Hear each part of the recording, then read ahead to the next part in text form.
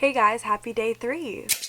I am still exhausted, but we're working through it. Today my plan is to complete 3 of the challenges. Yes, 3.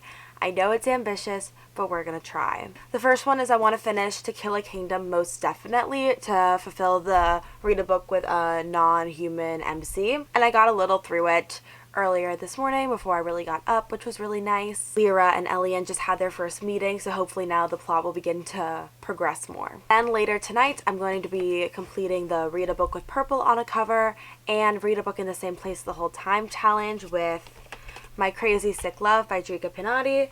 There's purple on the cover, and it's a pretty nice, short, easy book, so I figured I'd plop myself down on my bed, get myself some tea and some snacks, and just read through it. So that is my plan for reading today. The Instagram challenge, I've actually already photographed a photo. Like, I keep a group of pictures just in case I need to pull one out for Instagram, and one of those was perfect for today's challenge, which is take a picture of a book whose character you'd want to switch places with. Today I am taking, the picture is of Empire of Storms, and despite everything that happens in Empire of Storms, I'd still want to switch places with Aelin for her confidence and for Rowan. Today's YouTube challenge is from Peru's Project, who I absolutely love and have subscribed to for forever, and she's challenging us to make a bookish treat food thing. I love to cook and bake. It is one of my favorite things ever. It helps me relieve stress. It makes me so happy. So I was super excited when this was her challenge. So I'm probably going to do that in the afternoon. So today I'm going to start thinking of things. I want to go a little outside the box. I want to find a book and really get into it and make a treat that goes with that book. So that'll be coming to you later. Also, because of 100 subscribers, I'm posting a Q&A on my Instagram this morning where people can ask me questions, and I'll be answering those later today. Now for the answer to my 2 truths and a lie from yesterday. The lie was that I loved Harry Potter from the moment I read it. In reality, it took me a little time to warm up to it. My dad and my parents really wanted me to like it, and because of that, I really didn't want to like it. And keep in mind, this is when I was in 1st grade. So I did not like Harry Potter from the moment I read it. It definitely took me a bit to really get into it. Okay, that's all I have for you guys right now. I'm gonna go make breakfast and get ready for work. I'll have some reading updates for you soon, and yeah, see you then. I have had the longest day. Working with kids every day for 7 hours is no joke. You are always on.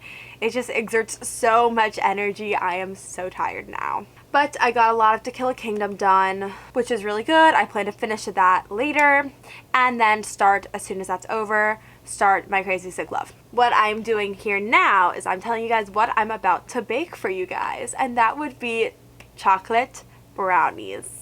I'm inspired by Throne of Glass. It sort of seems to be a theme. It was one of my books for this readathon. I did that picture today with the Empire of Storms.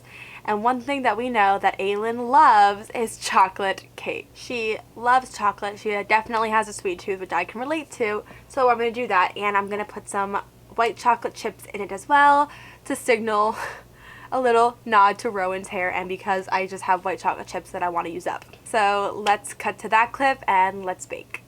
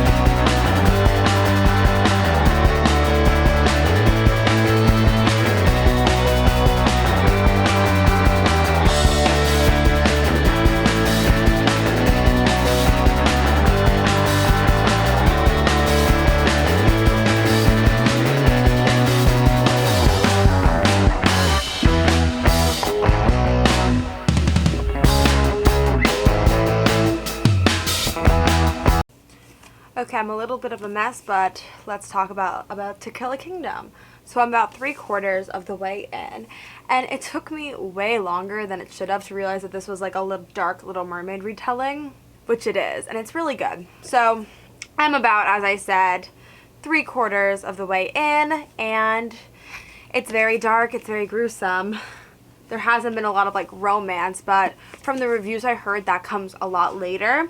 But I'm liking it so far. It's so much funnier than I thought it would be for a dark retelling.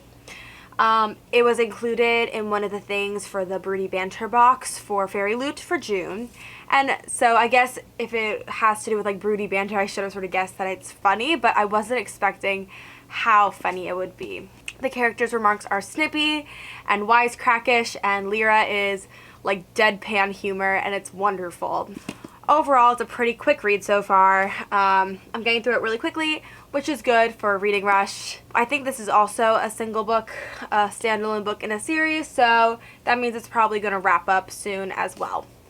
So I'm super excited to see how they wrap this book up, because the pacing has been very fast. As I said before with Sorcery of Thorns, when I read it last week, because it's a standalone book, there are things you can't drag out like you would in a normal fantasy book. So that makes sense that the plot is faster, but it doesn't need to be rushed. You can still like take your time to develop some things, and I sort of wish they'd do that, but overall I'm really enjoying it. So yeah, so we're gonna finish this book and then move on as well. So yes.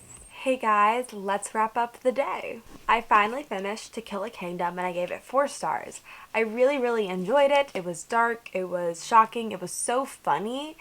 It was just a really great book. There were definitely things I wish that were different. The pacing, some of the things that were glossed over. And that's like a common theme, I feel like, with standalone books, and I talked about it a little before, but you know, it's still something that I had an issue with, so I'm not gonna give it that 5-star rating, but I really enjoyed it. Took lots of notes. Really liked it. I liked how at the beginning it was less about the romance and more about like the piratry and the mission, and then towards the end you can really see the red markings start to pick up, because that's when like the romance started to develop. So it's definitely an enemies to lovers romance, which you guys know is my favorite. So yeah, overall really happy with this book and excited to check it off in my bullet journal. So that checks off my 3rd challenge, which is read a book with a non-human MC, and now we're on to my 4th book and 4th challenge. I also decided to switch up the bookmark I was using. This one has cute little sloths on it. It says Take It Easy, and it's super cute, and you can get bookmarks like this and many more for 10% off with my code GRACE10 at Fictional Boutique. So I decided to do a nice light pink pretty bookmark for my next sort of light contemporary book, My Crazy Sick Love, which, as I explained before, is about someone falling in love who's a hypochondriac and how that sort of affects her relationships and the people around her. So I'm going to read this tonight, hopefully in one place the whole time, and I will let you know how that goes tomorrow, because I need to edit this video and get it out. So you'll be hearing if I complete this challenge tomorrow. Finally, as I said this morning, I'm going to be doing a really quick Q&A. I asked on my Instagram for questions that you guys had for me, and you guys responded. Thank you so much. So I'm going to answer a few of them now, and some of them were similar, so I'm only going to answer it once, obviously. So, and this is for 100 subs. Thank you once again. So the first question I have is, what school year am I going into? So I am a rising sophomore in college.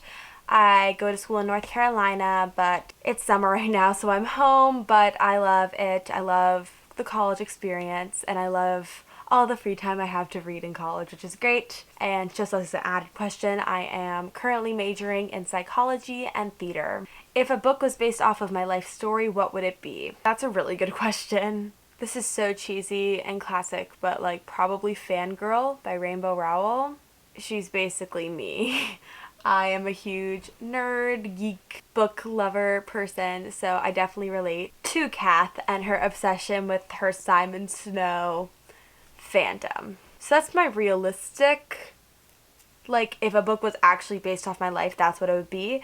But I recently read Sorcery of Thorns by Margaret Rogerson, and honestly, I would love to be Elizabeth in that book. Like, she lives in libraries, and so do I. So, like, maybe a mix of, like, I want the fantastical elements from Sorcery of Thorns mixed with the realistic elements of Fangirl by Rainbow Rowell, and that would be the book based on my life. How has my annotation method developed over the years? And I really do want to do a video on this because I started annotating personally because I read really quickly. It's just how I process information. I tend to go through books fast. So in an effort to slow myself down and to sort of more critically think of the books I'm reading, I started doing annotations, and I went through a bunch of different methods. I started with just doing like sticky notes, like big sticky notes on pages and writing down notes, but because I'm a fast reader, it was really hard for me to stop, write down like information, put it in, then keep going. So then I moved on to these like paper tabs, which were good, but I still didn't like them. And finally, I got to these more of like plasticky colored tabs that I just get at my local CVS. I need to buy them in bulk though, because I go through them really quickly and they're expensive. But basically, I just assigned each of them a color or an idea, and I mark those out as I go so that when I'm annotating my book or when I'm getting ready for a book talk or a blog post, I can just be like, okay, well, this apparently here I thought it was shocking, so I'm going to go here and see why that was so shocking to me, and maybe I can put that in my talk or my post. So that's sort of like the abridged version of my annotations methods over the years. Yes. So the last one is my favorite musical or theater shows, and this one is from Delancey over at Reading BRB. So I'll link her page below because she's just a lovely human and a wonderful vlogger and bookstagrammer and just a wonderful human being, and I'm really happy to have her on here as a friend. But this is a really hard question. I guess like over a span of years, my favorite show has to be Rent because it just means so much to me. It was the first show I ever really thought critically about, like musical wise. Yeah, and then my favorite musical currently is Hadestown. It just won Best Musical at the Tonys. It's just a beautifully written retelling of the Hades, Persephone, Eurydice, Orpheus myth, and I'm a sucker for Greek mythology, so I love it. As for plays, currently, I want to say my favorite is A Doll's House by Henrik Ibsen, and then my favorite Shakespeare play, which I've sort of put in a different category, I'm going to say Midsummer's Night Dream for my favorite Shakespeare play. But yeah, those were all the questions that I'm going to answer because I need to get reading. So thank you guys so much for tuning in. My battery's about to die, so it's the perfect time to sort of stop this video, and I'll see you guys tomorrow for day 4 and those challenges. Okay, bye!